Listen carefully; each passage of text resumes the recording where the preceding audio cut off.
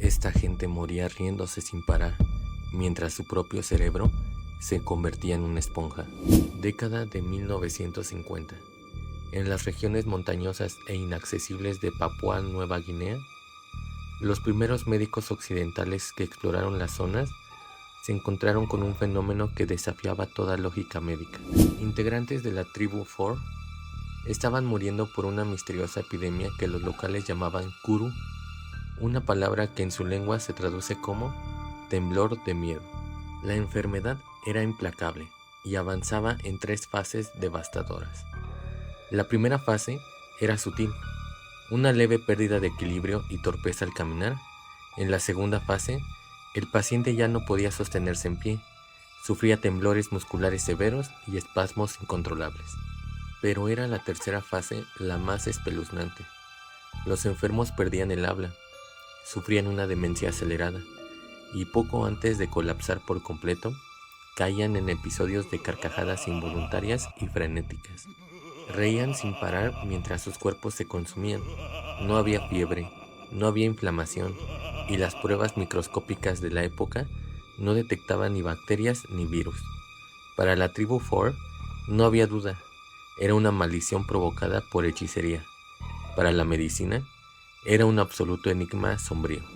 Para resolver el misterio, el médico y antropólogo estadounidense Daniel Carlton Hajdusek se adentró en la selva para estudiar de cerca la vida cotidiana de la tribu. Pronto, el análisis de datos arrojó una pista crucial y desconcertante. Más del 80% de las víctimas eran mujeres adultas y niños pequeños. Los hombres adultos casi nunca desarrollaban los síntomas. ¿Qué factor ambiental o biológico afectaba solo a este grupo específico? La respuesta no estaba en el agua ni en el aire, sino en sus tradiciones funerarias.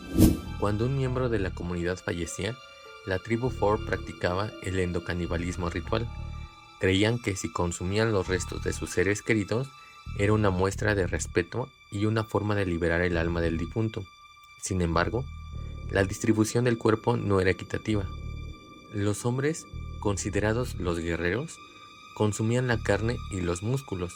Mientras tanto, las mujeres y los niños se encargaban de preparar el cuerpo y consumir las vísceras y de manera particular el cerebro. Hajdusek sospechó que la causa residía en el tejido cerebral infectado, pero había otro problema. Las personas que consumían el cerebro no enfermaban de inmediato. El agente patógeno tenía un periodo de incubación asombrosamente largo, que podía ir desde los 5 años hasta más de 40 años escondido en el organismo. Se necesitaron décadas de investigación para que la ciencia comprendiera lo que realmente ocurría en el sistema nervioso. El responsable del Kuru no era un ser vivo, no era una bacteria, ni un virus, ni un parásito, ni un hongo. Era algo mucho más siniestro, un prión. A nivel molecular, un prión es una proteína celular normal, denominada PRPC, que ha sufrido un plegamiento anormal e incorrecto. Lo macabro de los priones es que no necesita reproducirse como un virus. Actúan como un efecto dominó biológico. Cuando una proteína priónica alterada entra en contacto con las proteínas sanas del cerebro, las contagia, obligándolas a cambiar su estructura molecular y a malplegarse también. Fisiopatológicamente, el cuerpo humano no tiene enzimas capaces de degradar estas proteínas defectuosas. Como resultado, los priones se acumulan de forma masiva en el interior de las neuronas hasta romperlas, dejando el tejido cerebral lleno de agujeros microscópicos. El cerebro del paciente termina transformándose literalmente en una esponja, una condición conocida científicamente como encefalopatía espongiforme transmisible. El ataque masivo al cerebro explica la pérdida total de coordinación motora y los temblores, mientras que la destrucción de las conexiones con el sistema límbico y el lóbulo frontal desactiva el control emocional neurológico, provocando esas risas patológicas y la demencia final antes de que el tronco encefálico colapse. A finales de la década de 1950, las autoridades locales y los médicos lograron prohibir el endocanibalismo en la región.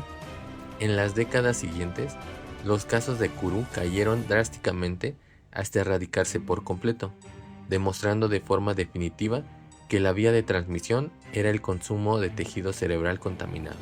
El estudio del Kuru revolucionó la infectología y la neurología.